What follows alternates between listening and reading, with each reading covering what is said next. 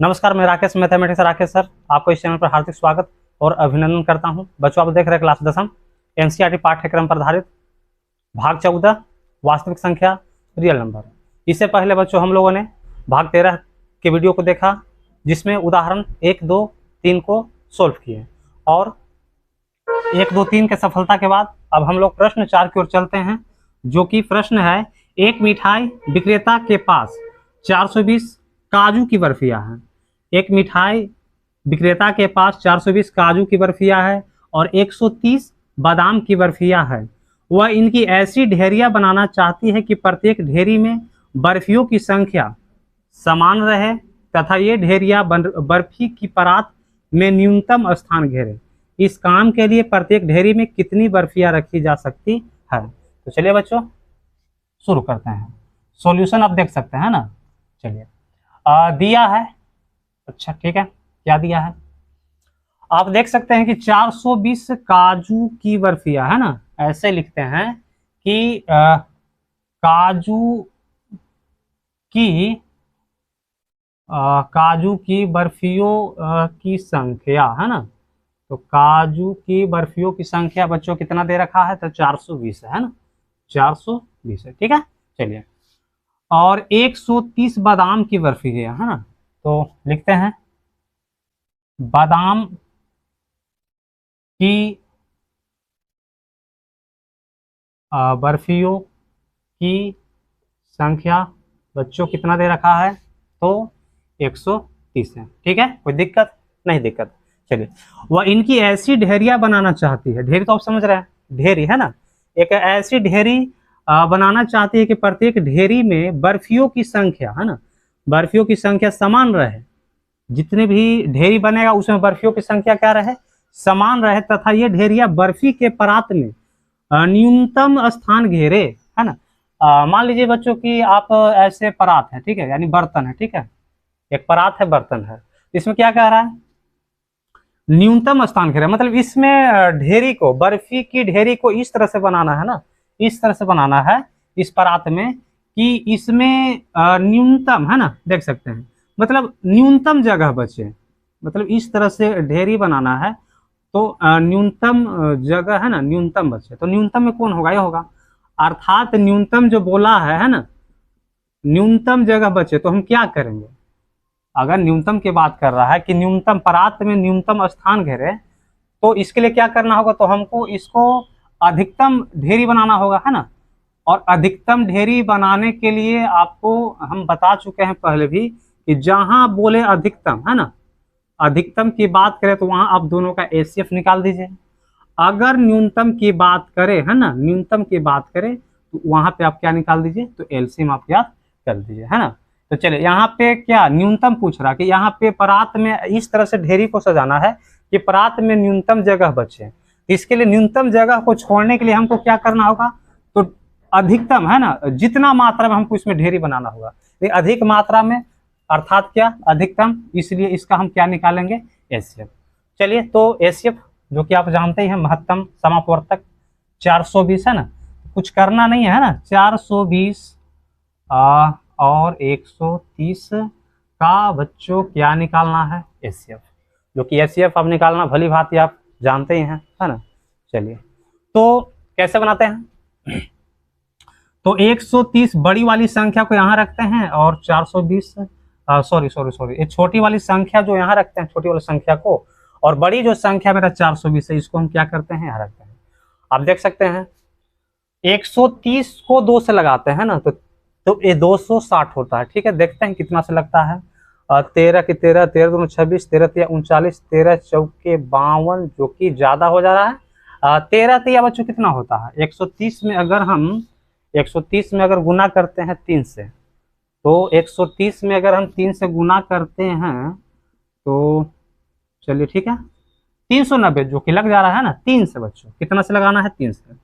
130 में 3 से लगाएं तो आया 390। चलिए, 0 का 0 और 2 में से 9 तो घटेगा नहीं, तो क्या करेंगे? इसमें से हाथ लेंगे तो 12, अब 12 में से 9 घटेगा तो बच्चों कितना होता है? 3, ठीक है। चलिए, ये कितना बच गया? 3, क्योंकि ये हासिल दिया था ना, तो ये बच गया 3, 3 तो कट गया, ठीक है। इसको घेर देते हैं। और घेरने के बाद आपको याद होगा कि ये 130 जो संख्या है यहाँ पे आपको आ जाएगा। ठीक है, 30 3 चौके 12 120, अगर 5 से लगाते हैं तो 150, जो कि ज्यादा हो जा रहा है, हम 4 से ही लगाते हैं, है ना, 4 से लगा दिए। 30 में 4 से गुना करेंगे, है ना, 30 में 4 से गुना कर 3 चौके 12 यानी कि 120, जीरो का जीरो हुआ बच्चों, है ना, 3 में से 2 घटेगा तो 1। ठीक है, चलिए 1 1 तो ये कट गया, इसको भी घेरेंगे। आगे बताइए क्या करेंगे, तो ये 30 जो संख्या है आपको यहाँ पे आ जाता है। इजी है, 10 दिया 30 हुआ। ठीक है, दिक्कत नहीं, दिक्कत, चलिए आगे चलते हैं। तो अब इसको अगर हम बात करते हैं, अगर इसको यूक्लिड विभाजन एल्गोरिथ्म का अगर हम प्रयोग करते हैं, है ना, यूक्लिड विभाजन एल्गोरिथ्म का प्रयोग करते हैं, प्रयोग करने पर, ठीक है, चलिए क्या करते हैं, सबसे आसान तरीका आपको बता ही दिए हैं कि दोनों घेरा के अंदर में जो 420 है, इसको हम यहाँ पे लिख देते हैं, पहले सूत्र लिख लेते हैं ना, a बराबर बी क्यू प्लस क्या होता है, आर होता है, a बराबर बी क्यू प्लस आर। ठीक है, चलिए यहाँ पे आप देख सकते हैं ये जो भाग लगाए हैं, है ना, इसमें आप देख सकते हैं कि a है कौन, यानी a जो होता है से क्या होता है, तो आपको भाज्य होता है, तो भाज्य है 420। ठीक है, 420 को क्या किए हैं, तो 130 में 3 से गुना करेंगे, 130 में 3 से गुना करेंगे, अब बच्चों शेषफल मेरा कितना आया है, तो 30 आया। ठीक है, दिक्कत नहीं, चलिए आगे बढ़ते हैं। ये दो घेरा के बीच में आपको 130 है, चलिए 130 आया कैसे है, तो 30 में बच्चों 4 से क्या करते हैं, गुना करते हैं, प्लस आपका शेषफल, इसमें शेषफल बच रहा था कितना, 10। ठीक है, अब ये दोनों घेरा के बीच में क्या है, 30 है, 30 को कैसे लिखेंगे, तो 10 गुने कितना, 10 गुने 3, और शेषफल आपका आर, तो शेषफल कितना, तो कुछ नहीं बच रहा, कट गया, मतलब क्या, 0। अतः बच्चों एसीएफ जो आया मेरा कितना, ये आंसर होता है, आपको बता दूं कि ये जो आपका आंसर हुआ, ठीक है, 10 हुआ। अतः मेरा जो फाइनल जो मेरा आंसर हुआ, इसको यहां भी लिखेंगे हम, इस काम के लिए, है ना, इस काम के लिए प्रत्येक ढेरी में कितनी बर्फियां रखी जा सकती है, कितनी बर्फियां रखी जा सकती है, तो 10 बर्फियां रखी जा सकती है। अतः लिख देंगे, अतः अतः इस काम के लिए ऐसे लिखेंगे बच्चों, है ना, इस काम के लिए, है ना, ठीक है, इस काम के लिए प्रत्येक कहाँ गया, प्रत्येक ढेरी में कितनी, तो 10, प्रत्येक ढेरी में 10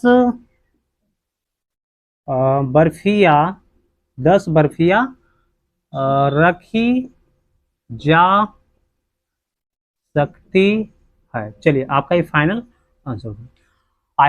आई होप बच्चों की आप ये भी प्रश्न भली भांति समझ में आ गया होगा आप लोग को, और इसी क्रम में हम लोग प्रश्न संख्या 5 की ओर चलते हैं। हाँ तो बच्चों उदाहरण 5 क्या कह रहा है, तो संख्याओं 4n पर विचार कीजिए, है ना, संख्याओं 4n पर विचार कीजिए जहां n एक प्राकृत संख्या है ना, n क्या है, तो प्राकृत संख्या है।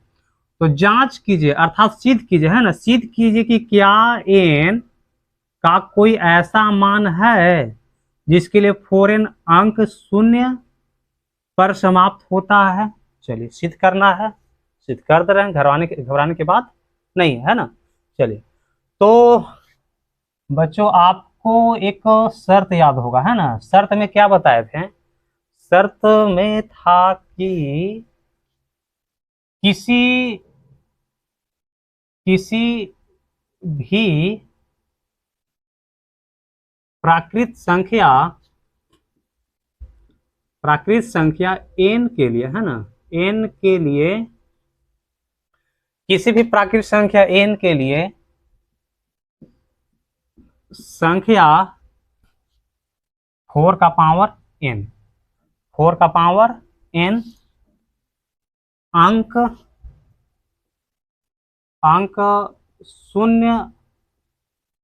0 पर समाप्त होने के लिए, है ना, 0 पर समाप्त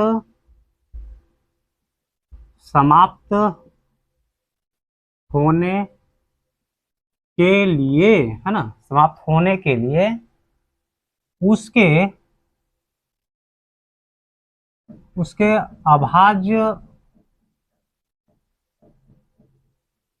अभाज्य गुणनखंड में कम से कम, है ना, कम से कम 2 × 5 आना चाहिए। आपको ये सूत्र याद रखना होगा बच्चों, है ना, कि किसी भी प्राकृत संख्या n के लिए,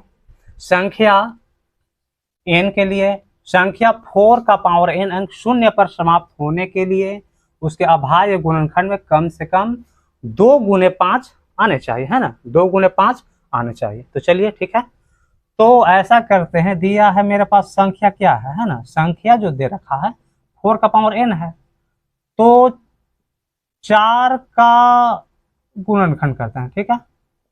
4 का क्या करते हैं बच्चों, तो गुणनखंड करते हैं, देख सकते हैं साइड में 4 का गुणनखंड कर रहे हैं। क्या 2 से लग जाएगा, लग गया। कितना बार में, 2 बार में। क्या 2 से 2 लग गया, कितना बार में, 1 बार में। अच्छा, तो आया क्या, 4 का गुणनखंड 2 × 2 आया बच्चों, ठीक है। तो जरा आप ये बताइए हमें कि 4 का गुणनखंड जो किए हैं 2 × 2 आया है, जबकि शर्त के हिसाब से हमें 2 भी आने चाहिए, 5 भी, दोनों आने चाहिए। 2 आने चाहिए या फिर कितना आना चाहिए, 2 और 5 दोनों एक साथ आने चाहिए, तभी हम ऐसा समझेंगे कि 4 के पावर n रहेगा वो शून्य पर समाप्त होगा। 2 कितना बार आए, मान लीजिए कि 2 आपको 5 बार आया, ठीक है, तो उसको भी हम शून्य पर समाप्त होना नहीं समझ सकते हैं, क्योंकि 2 और 5 दोनों एक साथ आना चाहिए, ठीक है। 2 5 बार आए, 5 6 बार आए, उससे हम कोई मतलब नहीं है, बशर्ते 2 और 5 दोनों एक साथ। अतः कोई भी प्राकृत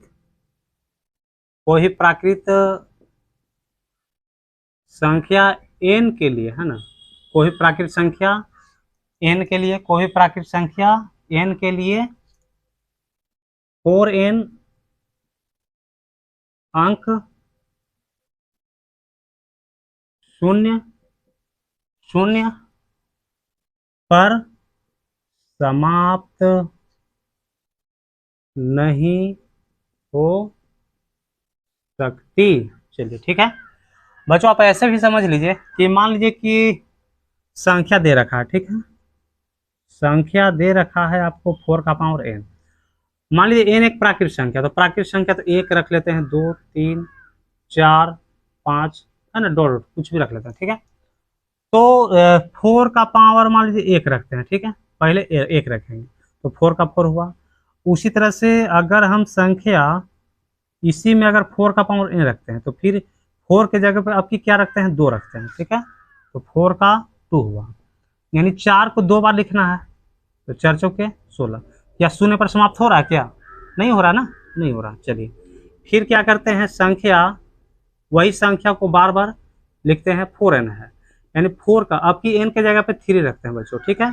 तो 4 को कितना बार लिखेंगे, 4 बार, तो 4 चौके 16, 16 चौके 64। क्या शून्य पर समाप्त हो रहा है, क्या यहाँ भी नहीं हो रहा। तो बच्चों इसी तरह से आगे बढ़ते जाएंगे ना, तो कोई भी संख्या आप रख लीजिए वो कभी भी 0 पर समाप्त नहीं हो सकती है, ठीक है। लेकिन इसके अलावा हम ऐसे अगर प्रश्न बच्चों पूछे, अगर 4 का पावर n है, तो 4 की जगह पर अगर दे दे आपको 10 का पावर n दे दे, ठीक है, 10 के पावर n दे देगा, तो क्या करेंगे, कैसे बनाएंगे, वही 10 का हम क्या करेंगे बच्चों, तो गुणनखंड निकालेंगे। तो 2 से 10 कट गया कितना बार में, 5 बार में। 5 से 5 कितना बार में कट गया, तो 1 बार में है।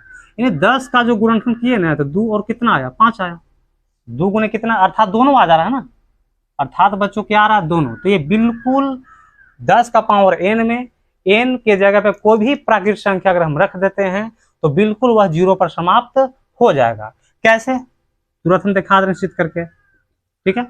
10 का पावर आपको n है, चलिए ठीक है। तो 10 का 10 और n के जगह बच्चों पहले पावर 1 रखते हैं, तो 10 को एक बार तो वही 10 से होगा, तो क्या 0 पर समाप्त नहीं हो रहा, क्या बिल्कुल हो रहा है।